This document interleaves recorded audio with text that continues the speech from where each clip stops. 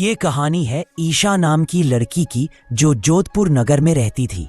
ईशा 20 साल की एक खूबसूरत, हंसमुख और चंचल लड़की थी। उसकी नीली गहरी आंखें, लंबे काले रेशमी बाल और नाजुक चेहरा देखकर लोग रुक जाते थे। वो सच में किसी अप्सरा जैसी लगती थी। जिसने एक बार उसे देख लिया वो अपनी नजरें उससे हटा ही नहीं पाता था।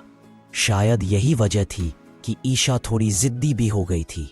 उसकी माँ मुस्कान उसकी हर जिद पूरी करती, लेकिन पिता को यह आदत बिल्कुल पसंद नहीं थी। उन्हें लगता था कि अगर अभी इसे नहीं रोका गया तो आगे चलकर बड़ी मुसीबत खड़ी हो सकती है। ईशा को इन सब बातों से कोई फर्क नहीं पड़ता था। उसका मन जब भी करता वो दोस्तों के साथ बाहर निकल जाती, देर रात लौटती और मजे करती। उसकी सबसे अच्छी दोस्त थी सबा। दोनों एक ही कॉलेज में पढ़ती थी और अक्सर साथ आती जाती थी। सबा का घर ईशा के घर से कुछ ही दूर था। ईशा को कॉलेज में सिर्फ 1 साल ही हुआ था कि एक दिन वहां एक नए लड़के का एडमिशन होता है इन हिंदी।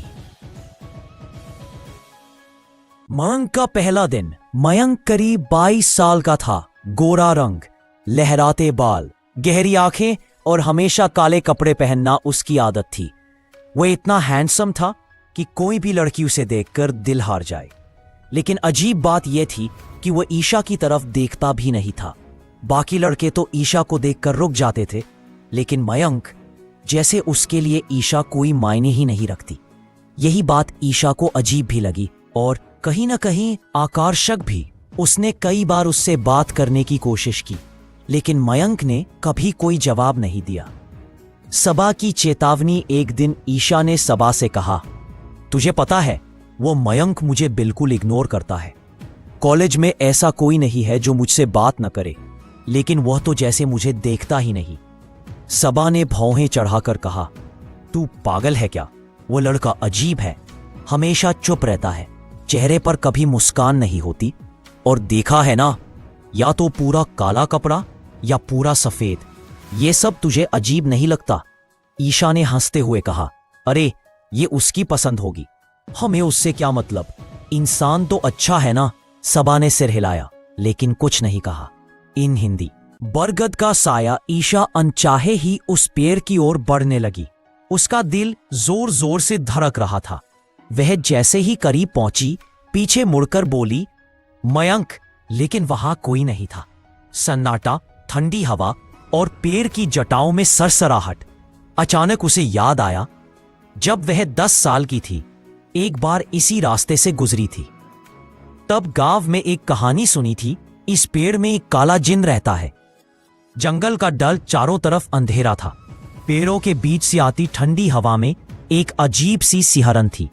ईशा डर से कांप रही थी। तभी पेड़ से एक भारी आवाज आई, ईशा इधर आओ। उसने ऊपर देखा, एक काले रंग का भयानक जिन पेड़ पर बैठा था।